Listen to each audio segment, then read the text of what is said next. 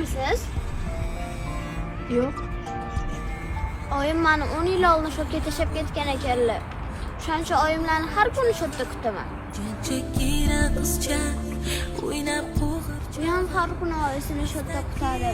Chunki oyisi buni 3 kunlik chaqaloqligida suvda ko'chaga tashlab ketgan. O'shanda oyoqlari ishlamay muzlab nogiron bo'lib qolgan. Siz ham chaqaloqni tashlab ketmoqchisiz. Hamma oyog'iga kiyib qo'yib so'qib qolmasin.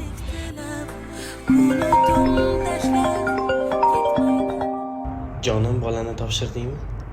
Bolani topshirmayman.